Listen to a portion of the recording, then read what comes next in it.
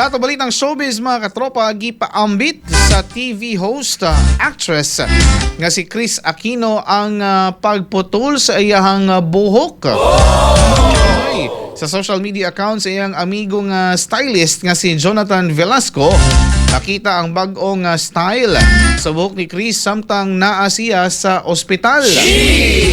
Matod usab sa actress, new hair, same brave spirit.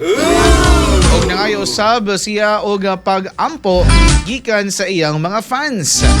Kahinduman nga sa niaging semana, nagpailalom si Kris og minor surgery tungod sa iyang autoimmune disease.